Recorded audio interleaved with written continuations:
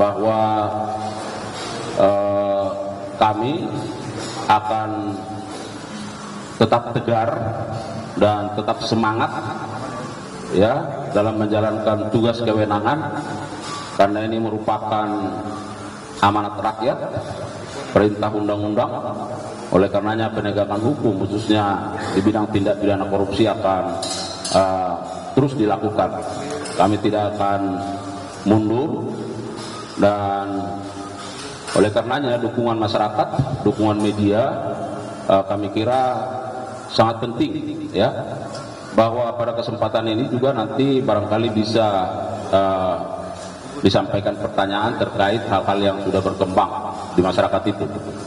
Yang kedua, bahwa penyidik dan kami akan terus menjunjung tinggi prinsip hukum presumption of innocence, ya, praduga tidak bersalah dalam penanganan suatu perkara, khususnya perkara tindak pidana korupsi.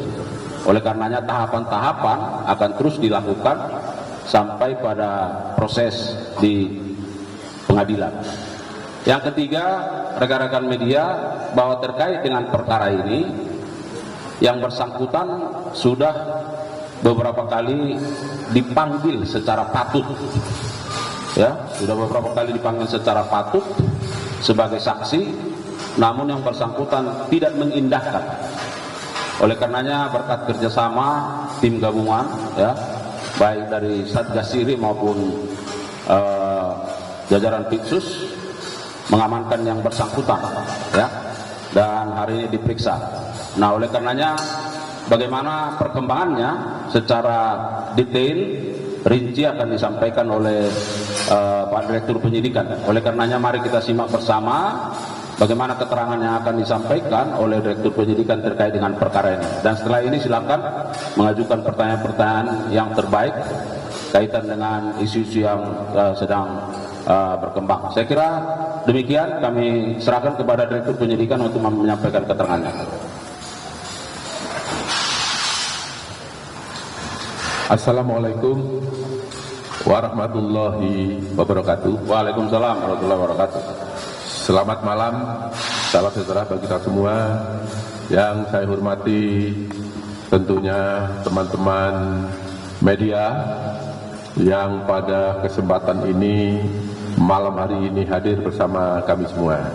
Yang terhormat Pak Kabus Penkum, pada kesempatan ini izinkan saya ingin menyampaikan perkembangan penyidikan terkait dengan kegiatan pembangunan jalan kereta api Besitang Langsa pada Balai Teknik Perkeretaapian Medan tahun 2017 sampai dengan tahun 2023. Teman-teman jurnalis yang saya hormati, pada hari ini Minggu tanggal 3 November 2024, tepatnya pada jam 12.35 WIB, telah dilakukan penangkapan terhadap saudara PB, di mana penangkapan tersebut dilakukan di Hotel Asri Sumedang, Jalan Mayor Abdurrahman nomor 255, Kota Kaler, Kecamatan Sumedang Utara, Kabupaten Sumedang. Penangkapan dilakukan oleh tim intelijen Kejaksaan Agung Republik Indonesia yang tergabung dalam Satgas Sire bersama dengan penyidik pada Jampitsus. Terkait dengan penyidikan perkara tindak pidana korupsi pembangunan jalan kereta api Besitang Langsa pada Balai Teknik Perkeretaapian Medan tahun 2017 sampai dengan 2023. Berdasarkan surat perintah penyidikan nomor 55 garis miring FD2 garis miring FD.2 garis miring 10 garis miring 2023 tanggal 4 Oktober 2023. Jadi penyidikan ini sudah 1 tahun. di mana saudara PB pada saat itu menjabat sebagai Direktur Jenderal Perkeretaapian pada Kementerian Perhubungan tahun 2016 sampai dengan tahun 2017, dan terakhir saudara PB menjabat sebagai ahli Menteri Bidang Teknologi, Lingkungan dan Energi pada Kementerian Perhubungan Republik Indonesia. Adapun kronologis dari kegiatan tersebut adalah sebagai berikut. Pada tahun 2017 sampai dengan tahun 2023, Balai Teknik Perkeretaapian atau BTP kelas 1 Medan melaksanakan pembangunan jalan kereta api Trans Sumatera Railways, yang salah satunya adalah pembangunan jalan kereta api Besitang Langsa yang menghubungkan Provinsi Sumatera Utara dan Provinsi Aceh dengan anggaran pembangunan sebesar 1,3 triliun yang bersumber dari SBSN, yaitu Surat Berharga Syariah Negara. Dalam pelaksanaan pembangunan tersebut, saudara PB memerintahkan kuasa pengguna anggaran, yaitu terdakwa NSS yang saat ini perkaranya dalam proses persidangan, memecah pekerjaan konstruksi tersebut menjadi 11 paket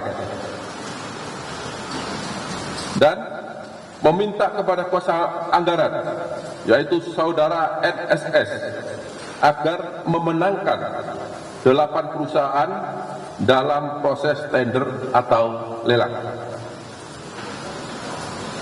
Kemudian Ketua Pokja Pengadaan Barang dan Jasa, yaitu terdakwa RMJ, yang perkaranya saat ini masih dalam proses persidangan, atas permintaan KPA melakukan lelang konstruksi tanpa dilengkapi dengan dokumen teknis pengadaan yang telah disetujui oleh pejabat teknis, dan pemilihan metode penilaian kualifikasi pengadaan bertentangan dengan regulasi pengadaan barang dan jasa.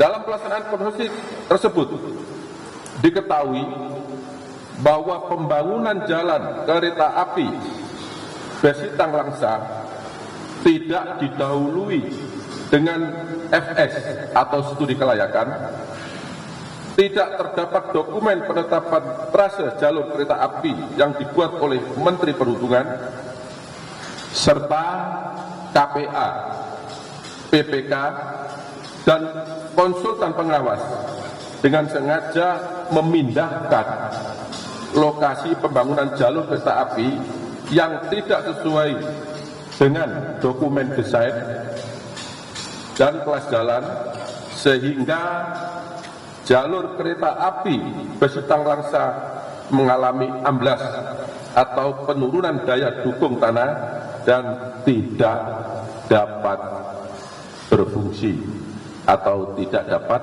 dipakai.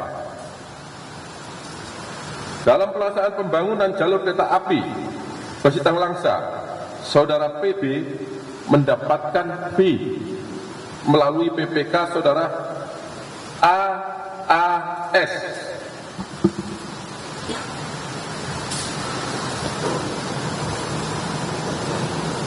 yang bersangkutan juga dalam proses persidangan sebesar 2,6 M dari PT WTJ. Akibat perbuatan saudara PB tersebut menyebabkan pembangunan jalan kereta api Besitang Langsa tidak dapat difungsikan, sehingga menyebabkan kerugian keuangan negara sebesar 1 triliun 150 juta miliar 87 juta 853.800 rupiah. Hal ini berdasarkan laporan penghitungan kerugian keuangan negara yang telah dilakukan oleh BPKP. Selanjutnya, berdasarkan alat bukti yang cukup, pada hari ini, Minggu tanggal 3 November 2024, setelah dilakukan pemeriksaan secara maraton selama 3 jam, maka penyidik menetapkan PB sebagai tersangka berdasarkan surat penetapan tersangka nomor 62-F.2-F.2-11-2024 tanggal 3 November 2024. Terhadap PB akan dilakukan penahanan rutan selama 20 hari ke depan dan akan ditahan di Rutan Salemba Cabang Kejaksaan Agung Republik Indonesia berdasarkan surat perintah penahanan nomor 52-F.2-FD.2-11-2024 tanggal 3 November 2024. Teman-teman jurnalis yang saya hormati, terhadap tersangka disangka melanggar pasal 2 atau pasal 3 junto pasal 18 Undang-Undang Nomor 31 Tahun 1999 tentang pemberantasan tindak pidana korupsi sebagaimana yang diubah dalam Undang-Undang Nomor 20 Tahun 2021 tentang perubahan atas Undang-Undang Nomor 31 Tahun 1999 tentang pemberantasan tindak pidana korupsi junto pasal 55 ayat 1 ke 1 KUHP. Demikian informasi yang dapat saya sampaikan pada malam hari ini. Bila ada kata-kata yang kurang jelas, kurang berkenan, saya mohon maaf dan saya akhiri. Wabillahi taufiq wal hidayah. Wassalamualaikum warahmatullahi wabarakatuh. Waalaikumsalam warahmatullahi wabarakatuh. Rekan-rekan media, barangkali begitu update yang disampaikan oleh Rektur Penyidikan dan nanti secara resmi akan kita rilis. Silakan kalau ada pertanyaan, silakan dari Kompas. Untuk Pak dari Kompas TV, tadi soal yang kasus yang baru ini kan beberapa kan sudah di tahap persidangan, terus ada satu tersangka lagi. Nah, apakah setelah ini masih terbuka kasus untuk ada tersangka baru lagi dalam kasus ini, masih ditelusuri sama kejaksaan atau tidak? Nah, yang pertanyaan kedua itu soal Pagandong kemarin kan organisasi perdana. Nah, itu tuh apa saja yang ditanyakan ke Komlegong di pemeriksaan perdananya dan akan diperiksa lagi kapan? Ya. Yang lebih seru nggak ada? Itu jam dulu lah. Oh gitu. Silakan. Terima kasih. Bahwa dalam perkara korupsi terkait rel kereta api Bidang Langsa ini saat ini sedang dilakukan proses persidangan terhadap 7 tersangka. Kemudian dalam perkembangannya pada hari ini telah ditetapkan 1 lagi tersangka yang sudah saya jelaskan kepada teman-teman wartawan. Kemudian apakah ke depan masih ada tersangka lagi? Penyidikan ini terus berjalan. Siapapun berdasarkan alat bukti yang cukup, khususnya dalam perkara ini, maka penyidik pasti akan menetapkan yang bersangkutan sebagai tersangka bila memang, saya ulangi lagi, bila memang ada bukti yang cukup bahwa yang bersangkutan ikut melakukan tindak pidana korupsi. Cukup, Pak? Yang kedua, untuk Pak Tom Lembong kemarin hari Jumat telah dilakukan pemeriksaan dan yang bersangkutan kita mintai keterangan utamanya terkait tugas fungsi kaitannya dengan kegiatan-kegiatan yang dilakukan pada saat beliau menjabat. Ya. Kemudian apakah masih diperlukan keterangan lagi pada yang bersangkutan? Kita lihat urgensinya. Ketika penyidik masih membutuhkan keterangannya, maka akan kita undang. Begitu juga sebaliknya, bila penyidik menyatakan bahwa keterangan sudah cukup, tentu tidak kami panggil lagi. Bagaimana proses berikutnya? Saya minta kita hormati bersama-sama asas praduga tidak bersalah. Ya, kita ikuti nanti sama-sama di sidang pengadilan bagaimana pelaksanaannya dan apakah putusannya. Ya, saya minta teman-teman jurnalis sabar. Ya, cara saya itu. Katanya Selasa, Pak. Kalau kemarin kuasa hukumnya bilang pemeriksaan selanjutnya hari Selasa, itu benar nggak, Pak? Ya, kita lihat nanti ya. Nanti kan bisa disaksikan bersama. Kan teman-teman selalu ngepost di sini kan? Ya, silakan aja nanti ya dilihat. Ini cukup. Bukan, Pak, itu kan soal si PB ini pas waktu diamankan di Sumedang ini di hotel lagi sama siapa, Pak? Waktu diamankan di hotel di Sumedang ini lagi sama siapa si PB terus? Tersangka ini. Iya.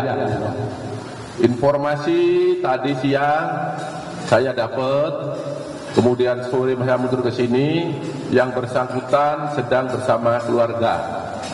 Ya. Kemudian oleh tim Siri dari intelijen bersama-sama dengan penyidik langsung mendatangi tempat yang bersangkutan dan langsung dilakukan penangkapan. Sebagai informasi bahwa yang bersangkutan sudah kita ikuti, kita cari sudah hampir 3 minggu. Ya, jadi penangkapan dibuat tiba-tiba. Kami ingin tegakkan hukum, tegakkan keadilan. Siapapun yang terlibat, siapapun yang melakukan tindak pidana korupsi, bila cukup bukti, kami pasti akan cari.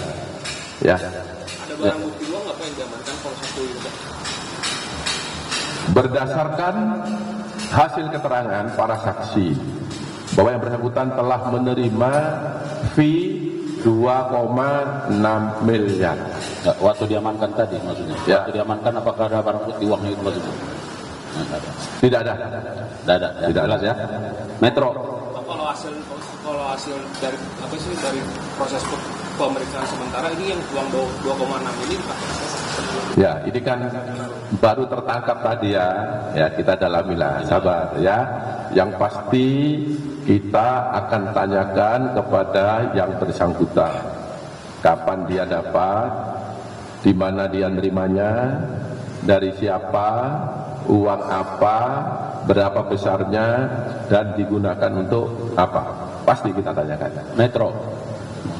Pak, balik ke Tom Lembong ya Pak ya. Ini kan pihak kuasa hukumnya mempertimbangkan untuk mengajukan atau opsi mengajukan pra peradilan karena ada kejanggalan-kejanggalan katanya termasuk penahanan Tom Lembong. Nah, respon kita pun seperti apa? Ya, tanyakan pada pihaknya Pak Tom Lembong ya. Siap, Yang pasti nanti penyidik akan mengikuti ya, karena itu haknya beliau, haknya bersangkutan, haknya penasihat hukum, sehingga kita pasti mengikuti ya. Ini kan yang juga rame soal jam tangan kemarin itu dibahas. Nah, ini juga ada dorongan dari Indonesia Corruption Watch yang bilang mendorong KPK untuk menelusuri lebih lanjut LHKPN-nya Pak Abdul tanggapan itu. Iya, jadi begini ya, ini teman-teman wartawan, pada kesempatan malam ini saya juga ingin meluruskan ya, kalau sesungguhnya saya itu jujur saja ingin konsentrasi betul dalam berbagai penyidikan yang ditangani oleh Kejaksaan Republik Indonesia. khususnya oleh jajaran Pitsus. Kenapa demikian? Karena perkara yang kita tangani ini sangat banyak dan besar-besar.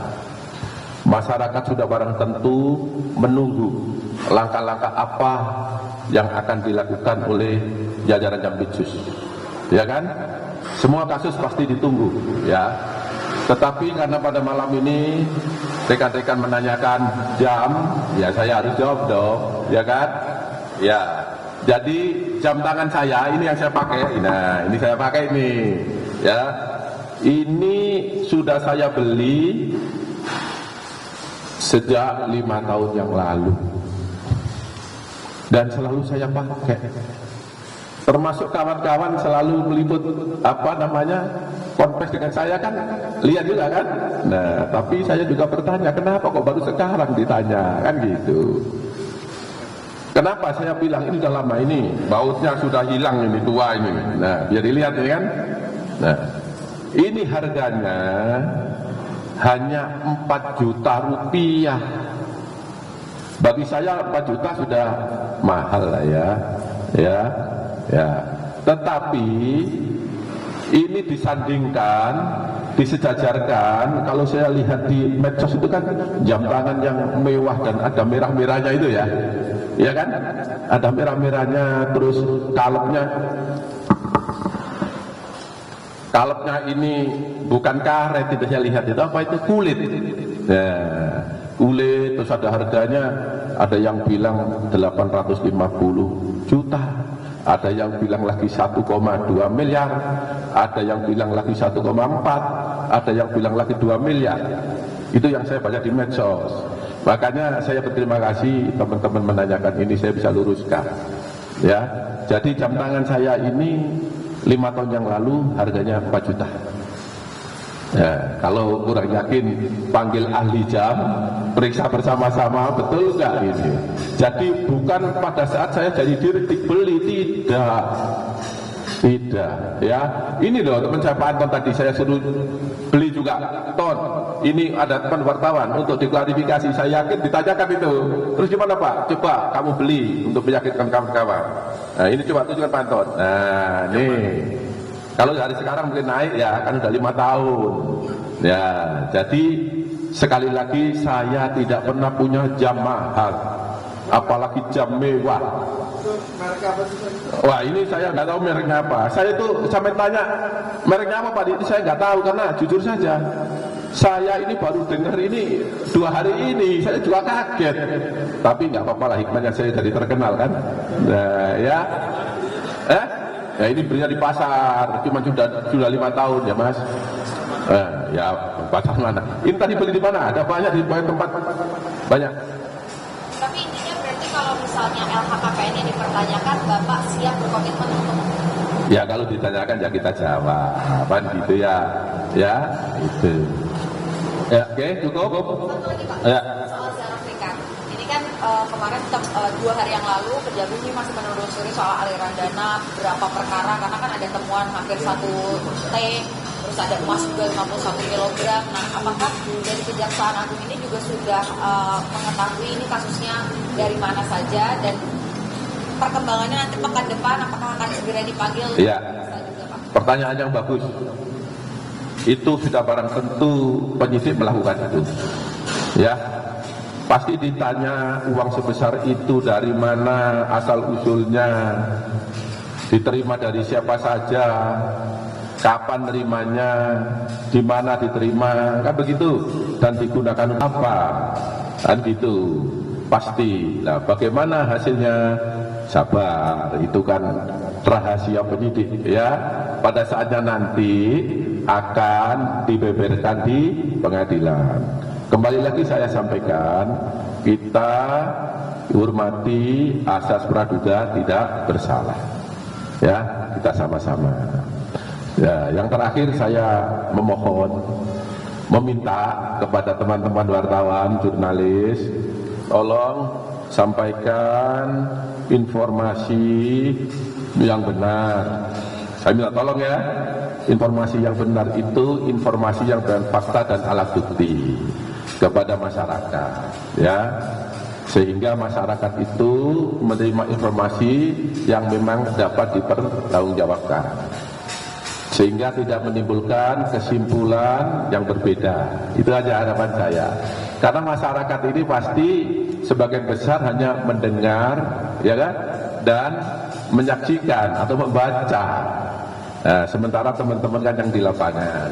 Nah, ini saya mohon dengan hormat terhadap suatu persoalan, mohon itu yang disampaikan sehingga tidak menimbulkan opini yang berbeda. Itu aja harapan saya ya. Ya, kritik masyarakat saya senang karena itu lebih mendorong kita, ya, kritik masyarakat sebagai kontrol sosial mendorong kita penyidik untuk bekerja lebih baik. Lebih baik. Kita bekerja tentu landasannya aturan hukum yang ada. Saya cukup ya? Ya, cukup ya? Cukup ya? Nggak ada lagi pertanyaan ya? Ya. Hah? Besar nggak Pak kira-kira yang makelar kasusnya Zara Bekar ini? Ya, Pengacara. tadi sudah disebutkan, ya ini sedang didalami, nanti kita lihat perkembangannya. Kita akan terus update ya. Mohon bersabar ya. Maksud saya terkait isu-isu tidak lagi ya, clear ya. Udah ya. Baik, saya kira demikian. Terima kasih Pak Direktur Penyidikan dan jajaran.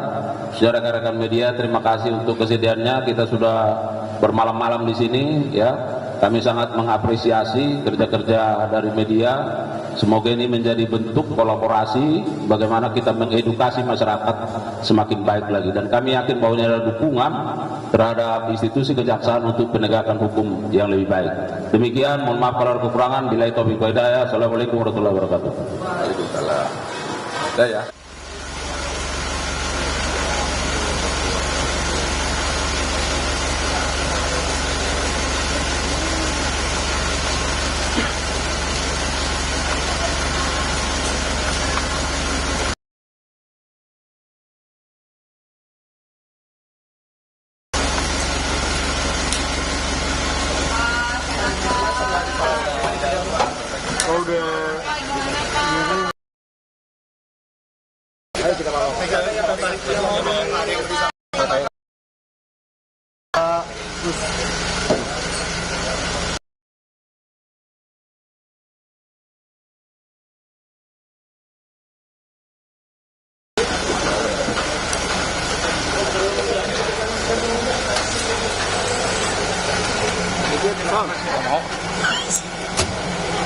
Gimana?